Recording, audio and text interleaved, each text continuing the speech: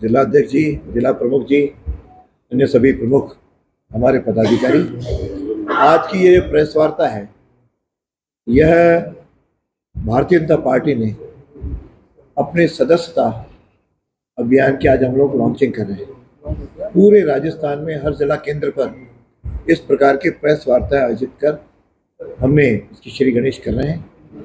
क्यों जिस प्रकार से राजस्थान में सत्ताधारी दल जो कि एक तरह डूबता हुआ जहाज है, उसको छोड़ करके कई लोग बीजेपी ज्वाइन करने के लिए होड़ से लगी हुई है। गत दिनों लगभग 60-65 बड़ी पार्टियों से उनके महामंत्री, मंत्रियों के पुत्र, बीएसपी, माकपा, कांग्रेस सबसे छोड़ करके ज्वाइनिंग के लिए आ रहे हैं। लगभग 60 लोगों से अधिक बीजेपी लोग ज्वाइन कर चुके हैं और अभी मेरे पास लगभग 55-60 की सूची और है, जिसको आगामी सप्ताह में हम लोग ज्वाइन करवाने जा रहे हैं।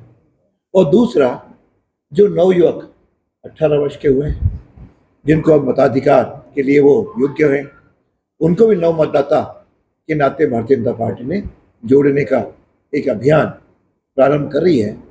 और कुछ लोग जो कभी पार्टी में आना चाहते पिछली बार नहीं बन पाए होंगे, कुल मिलाकर के जो भी भारतीय जनता पार्टी की नीतियों में विश्वास करता है और साथ में मोदी जी के नेतृत्व को स्वीकार करता है, उनकी नीतियों के साथ वह सहमत है, ऐसे सभी लोग हमारी पार्टी में आमंत्रित हैं। उन सबको हम जोड़ रहे हैं और यह अभियान के द्वारा लगभग हम सोच रहे हैं 1 करोड़ से ज़्यादा पूरे प्रदेश भर में हम इस प्रकार के लोगों को सदस्य बनाएंगे। क्योंकि जो वर्तमान राजनीतिक परिस्थिति है वह बिल्कुल इस समय चिंतनीय है। वैसे तो गहलोत सरकार ने मन से मान लिया है कि वे विदा होने जा रहे हैं। आपने पिछले दिनों 2 वक्तव्य कांग्रेस नेताओं के देखे होंगे, जिसमें सूरजवाला ने कहा है कि भाजपा को वोट देने वाले और जो मतदाता हैं वो सब राक्षस हैं। और उसके बाद पवन खेड़ा ने अगले दिन कहा कि वो लोग दानव हैं। यानी ये राक्षस और दानव शायद आज तक के इतिहास में कभी भी किसी पार्टी के मतदाताओं के लिए किसी भी नेता ने नहीं कहा। उसे स्पष्ट है कि फ्रस्ट्रेशन उनको आ चुका है। और दूसरा फ्रस्ट्रेशन, अभी जिस प्रकार से उन्होंने छात्र संघ के चुनाव स्थगित किए, मैं समझता हूँ लोकतंत्र में अब उनको लिंग 2 कमेटी याद आई। 4 साल तक याद नहीं आई। शांतिपूर्वक चुनाव हो रहे थे, लेकिन उनको लगा कि युवाओं में सरकार के प्रति आक्रोश है, क्यों न तो उनको ये नौकरी दे पाए, पेपर लीक लगातार होते रहे, और जिस कारण से स्कूलों के अंदर और कॉलेजों के अंदर जो ढर्रा पूरा बिखराव सा हो गया है, तो युवा बिल्कुल परेशान है, वो सड़क पे आ चुका है। उसके आक्रोश में कहीं एनएसयूआई बुरी तरह सब जगह हार नहीं जाए, इस डर के कारण उन्होंने छात्र संघ के चुनाव भी स्थगित किए। ये स्पष्ट लोकतंत्र का अपमान है, मतदाताओं का अपमान है। मैं समझता हूँ सरकार मन से ये स्वीकार कर चुकी है कि हम लोग विदा हों। जनता ने इसलिए भी विदा होने का मानस बनाया है क्योंकि राजस्थान के अंदर पिछले 4.5 साल का जो शासन रहा है, वह शासन एक तरह से जंगल राज है। यानी अभी मैं पूरी लिस्ट देख रहा था हमारे यहाँ पे प्रांत की, कि ऐसा कोई दिन नहीं गया जिस दिन हमारी बच्चियों को रेप, बलात्कार, छेड़छाड़ की घटना नहीं हुई हो। पिछले 6 महीने में राजस्थान में 10 साल से छोटी बच्चियों के 848 प्रकरण इस बलात्कार के हुए हैं। इस प्रकार का राजस्थान में दृश्य है कि कोई भी मेरी बहन, कोई भी मेरी भाभी, कोई भी मेरी बच्ची न तो स्कूल में सुरक्षित है, न घर से रात को यदि वो झोपड़ी में रहती है, लघु शंका के लिए बाहर जाती है तो वहाँ भी असुरक्षित हुई है।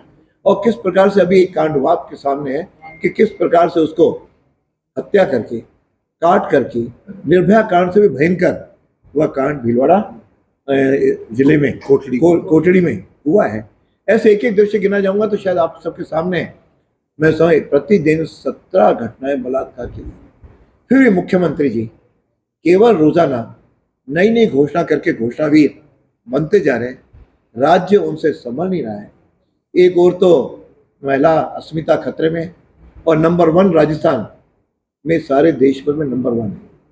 और दूसरा प्रकरण, जनता को बेवकूफ़ बनाने का जो उन्होंने कहा 100 यूनिट फ्री, 200 यूनिट फ्री, और लोगों को जब बिजली के बिल आए तो पहले की तुलना में दुगुने तिगुने चौगुने बिल आ गए, करंट सबको मिल गया।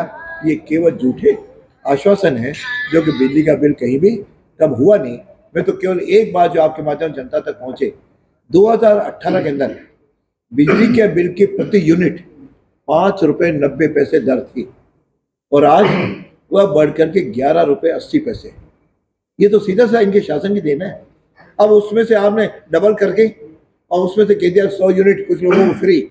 ओवरऑल तो आपने ये हुआ कि आपने एक बार रेट 10 रुपये कर दी 5 से और फिर कह दिया 1 रुपया मैं कम कर रहा हूँ। तो लोग इस भ्रम जाल में नहीं आने वाले। सड़कें खुदी और सड़क खुदी हुई हैं, यहाँ भी टोल खराब होंगी। मैं तो प्रांत में घूम रहा हूँ, जो सड़कों के हाल इस राज्य में हुए। यानी मैं परसों जोधपुर था, 80 पैसे है।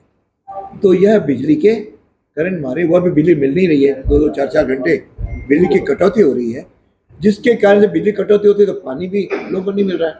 सड़कें जोधपुर जी, मुख्यमंत्री की मैं बात कर रहा हूँ विधानसभा की, मैं जोधपुर का प्रभारी हूँ, परसों जोधपुर के तीनों विधानसभाओं की बैठ के लेके आ रहा हूँ। 77.8% लोग उस सड़कों की व्यवस्था से बड़े परेशान कर रहे हैं हर जगह।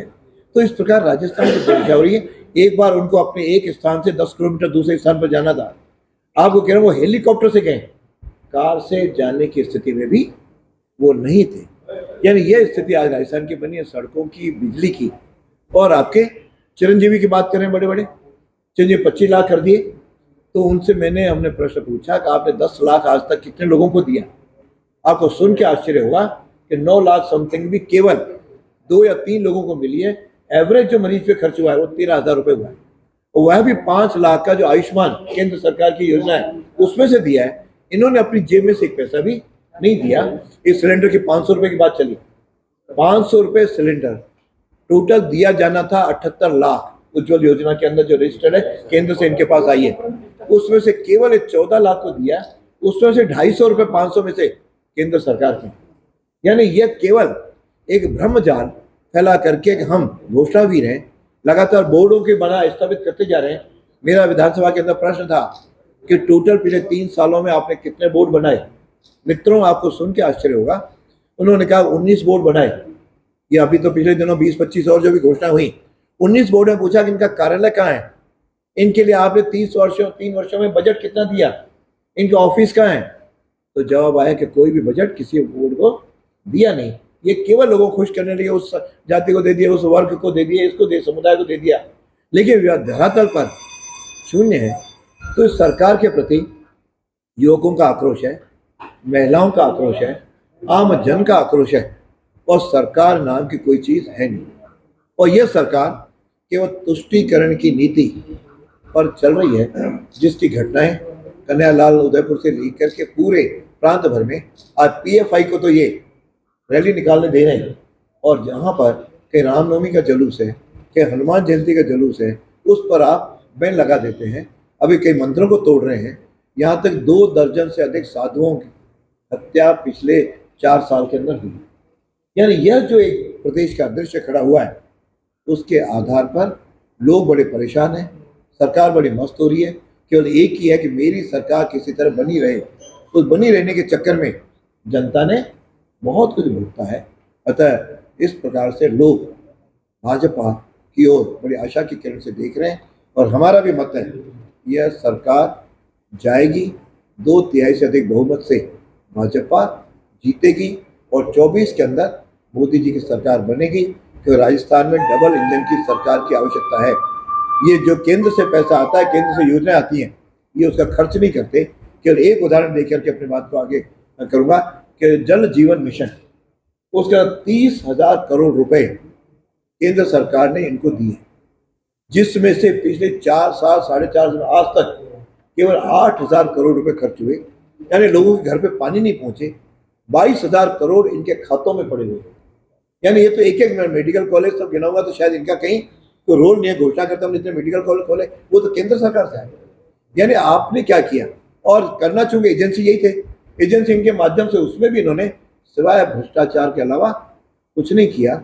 आपको क्यों ध्यान होगा कि जो इनका सेक्रेटरी सचिवालय है, उसमें योजना भवन के पास में अलमारी के अंदर 2 करोड़ 70 लाख रुपए नगद और 1 किलो सोना पकड़ा गया आज तक किसका है कोई पता नहीं लगा पाया।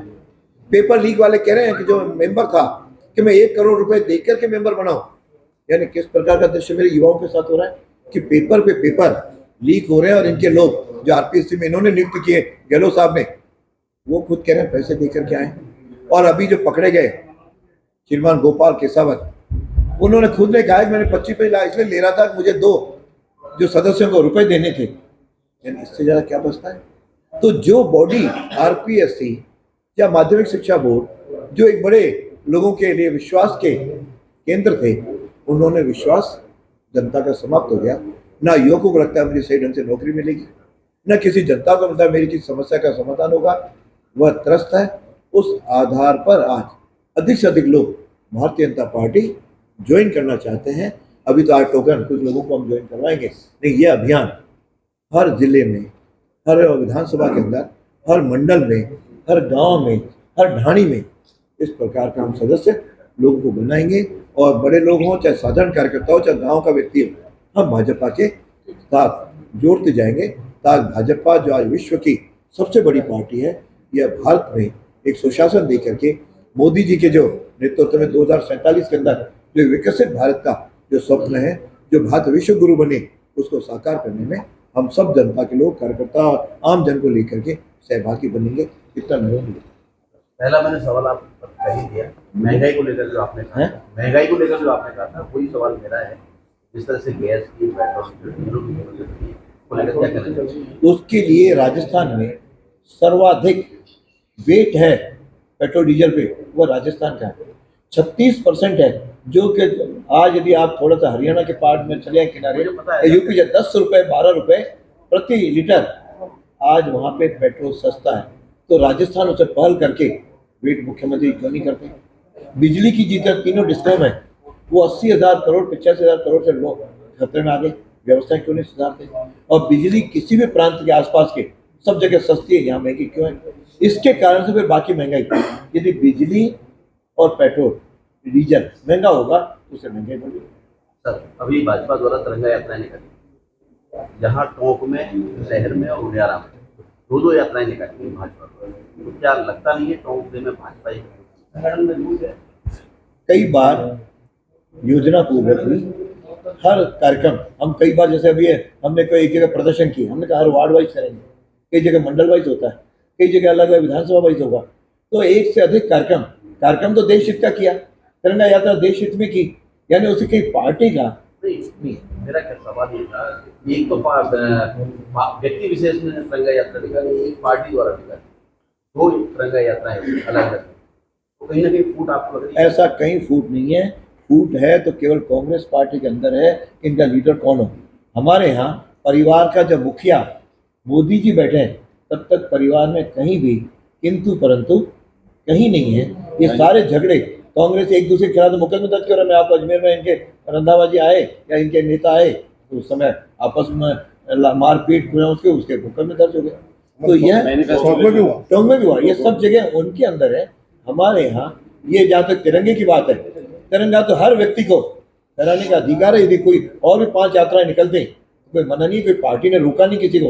रोकने के बाद कोई करे तो कहीं आपको संदेह करने की या किसी को भी संदेह करने की, लेकिन तिरंगा है, तिरंगा तो हर एक, आप भी 10 लोगों को लेकर के निकल जाए, ये 50 लोगों को ये निकल जाए तो निकल जाए तो स्वागत ही है। तिरंगा घर घर पहुंच रहा है, राष्ट्र का बात और राष्ट्रीय भावना पहुंच रही है। मैनिफेस्टो की कमेटियों में वसुंधरा राजे का नाम आया, इस तरीके से वो हमारी राष्ट्रीय उपाध्यक्ष हैं, उनके लिए कोई ना कोई महत्वपूर्ण जिम्मेदारी केंद्रीय नेतृत्व ने तय कर रखी है।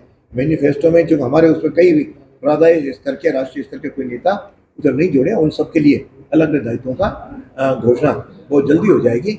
अब प्रबंधन है, प्रबंधन तो रात दिन बैठ करके वहीं के लोग करेगा, वो घूमेगा नहीं। जब प्रबंधन समिति में कहते नहीं है तो प्रबंधन समिति तो उस प्रकार की होगी। और मैनिफेस्टो है तो प्रमुख लोग तो अपने सुझाव इनको देंगे जो इकट्ठा करना है, उसके लिए सब लोग करेंगे। कांग्रेस ओपीएस को लेकर आगे बढ़ रही है, लेकिन बीजेपी का स्टैंड ओपीएस को लेकर क्लियर नहीं है। क्या स्टैंड बीजेपी का रहने वाला? आपको हमारा मैनिफेस्टो आ जाने दीजिए, सब बातें क्लियर उसमें आपको मिल जाएंगे। देखिए, अरुण सिंह जी ने कहा कि वरिष्ठ नेता है भाजपा के, वसुंधरा राजे जी हैं, जो भी है, उन सबको प्रचार की जिम्मेदारी सौंपी जाएगी, यानी कि वो सब भाई सत्ता लानी है तो जगह जगह प्रयास करके उनका प्रचार, बीजेपी का प्रवास। अब ये तो केंद्रीय ऐसे प्रबंधन नीति है, उसमें नड्डा जी नहीं होंगे, यदि होंगी तो उसे मोदी जी स्वयं थोड़ी होंगे। तो इस प्रकार जो केंद्रीय नेतृत्व है उनके लिए अलग प्रकार का प्रचार प्रसार का भी हो सकता है, उसके अलावा और भी कोई महत्वपूर्ण जिम्मेदारी होगी।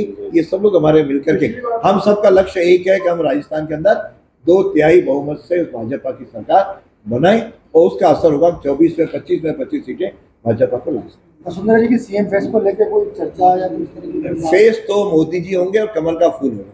देखिए, आप पायलट की विधानसभा में हैं, कांग्रेस के फायर ब्रांड नेता है पायलट, क्या देख रहे हैं कि आने वाले चुनावों में जो पायलट टोक से चुनाव लड़ेंगे उनको? यह कांग्रेस का आंतरिक मामला है कि वह अपने किसी लीडर को या अपने किसी प्रतिनिधि को कहाँ से लड़ाते हैं, ये तो प्रश्न वही बता पाएंगे कहाँ से लड़े, या कांग्रेस के प्रदेश अध्यक्ष क्या बता उनकी पाएंगे। उड़ान को रोक पाएगी बीजेपी? पायलट की उड़ान को रोक पाएगी? पायलट की उड़ान है ही कहाँ, पायलट तो धराशायी है। उसको तो गहलोत ने नकारा निकम्मा कह करके, गद्दार कह करके उसको एक कोने में बैठा दिया। आज वो पायलट क्या है ही कहाँ, उड़ान ही कहाँ है। उड़ते तो तब जब पार्टी उनको हटा चुकी है मुख्यमंत्री से, इतने सारे लकब उनको दे दिए। अब केंद्रीय नेतृत्व उनका आंतरिक मामला है, आपस में जो भी कोई बात हुई होगी वो तय करें कहाँ से लड़ना है। लेकिन यहाँ न सचिन पायलट का प्रभाव होना है, न अशोक गहलोत का होना है। ये कांग्रेस से लोगों का पूरी तरह मोह भंग हो चुका है। देखिए, कॉल रिकॉर्डिंग वाले मामलों में केंद्रीय मंत्री गजेंद्र सिंह शेखावत, गहलोत, तमाम कई बीजेपी के नेता उन लोगों के ऊपर आरोप प्रत्यारोप रहे हैं। किस तरह देख रहे हैं इन चुनावों में कितना असर पड़ने वाला है? बीजेपी का आपको ध्यान दिलाता हूँ कि 14 से पहले या अभी हमेशा भ्रष्टाचार की रोज घटनाएं आती थी, जिसमें कभी आपका जी का कांड, कभी आपका आकाश पे, धरातल पे, कभी जगह केवल भ्रष्टाचार आते थे। आज एक भी केंद्रीय मंत्री के ऊपर एक भी पैसे का आरोप अभी तक तो नहीं आया। अब ये गहलोत साहब जो जोधपुर में उनके लड़के को हराया गया और उनकी खुद की विधानसभा में वे हारे, उस बौखलाहट से वो गजेंद्र सिंह जी के बारे में कुछ बात कहते हैं, लेकिन अभी तक कहीं भी कोर्ट में आगे सिद्ध नहीं पाया। उनके मानहानि का मुकदमा, पेशियां चल रही है। न्यायालय का जो निर्णय आएगा बस दूध का दूध पानी का पानी कर देगा। देखिए, आपको शिक्षा मंत्री रहे हैं, अभी राजस्थान के मुख्यमंत्री जी ने घोषणा की बजट के अंदर कि 8वीं 10वीं और 12वीं के बोर्ड के अंदर जो विद्यार्थी 75% और इससे ज़्यादा लाएंगे उनको लैपटॉप और टैबलेट बांटे जाएंगे। लेकिन मामला उलझा हुआ है कि मामला 222 करोड़ का है कि आखिर वो दे कौन? इसका मामला बड़ा स्पष्ट है कि इस सरकार के आते ही शिक्षा का बंटाढार जितना हुआ है वो आज तक नहीं हुआ। हमने बड़े प्रयासों से शिक्षा को 26वें नंबर से दूसरे नंबर पर लिया है, लेकिन पिछले 4.5 साल के अंदर चाहे डोटाल सर जी रहे हों, चाहे बीडी कल्ला हों, इनका शिक्षा के प्रति किसी प्रकार का कोई रोग नहीं है। गुणवत्ता की दृष्टि से हमने योजना बनाई थी कि 8वीं 10वीं 12वीं के इंटेलिजेंट बच्चों को हम टैबलेट देंगे। वो पिछले 3 सालों में एक भी विद्यार्थी को लैपटॉप नहीं दे पाए। पैसा तो सरकार देगी ना, किसी भी फंड से निकालो, कोई डिपार्टमेंट दे दे, लेकिन न देने का एक प्रकार का तरीका है। ये नहीं, हम 9वीं के बच्चों को साइकिल देते थे, जो गत वर्ष के बच्चियों को कोई अभी तक साइकिल नहीं मिली है। स्कूलों की बात करूं, इन्होंने अंग्रेजी स्कूल खोल के बड़ी वाहवाह लूट रहे हैं कि अरे हिंदी का नाम हटा करके इंग्लिश मीडियम स्कूल लिख दिया, न तो इंग्लिश का कोई अध्यापक है। और नौकरियों के बारे में जैसे मैंने कहा, अध्यापकों की सहित कुल मिलाकर के उसी विधानसभा में सदस्य हूँ, 3.25 लाख नौकरियों की इन्होंने घोषणा की है अलग अलग बजट में। उसमें से आज तक केवल 50,000 लोगों को नौकरियां दे पाए। तो इस शिक्षकों की कमी है भारी, यानी आज 1,11,000 से अधिक अध्यापकों की नहीं है। तो अध्यापक नहीं है स्कूलों के अंदर, कहीं पढ़ाई का वातावरण नहीं है, तो मेरे अध्यापक बालकों का भविष्य के साथ पूरी तरह ये खिलवाड़ है। तो लगता है 93,000 छात्र बिल्कुल हैंड टू माउथ हो गए, जिन्होंने मेहनत करी, पास हुए, सरकार के इनसे चले गए एक तरीके से। इन बालकों के जीवन के साथ ये लोग खिलवाड़ कर रहे हैं, शिक्षा में गुणवत्ता को बिल्कुल समाप्त कर रहे हैं। केवल पैसा, इन आपको जो स्मार्टफोन तो बांटने के लिए तो पता नहीं कोई आ जाता है, लेकिन मेरे बच्चों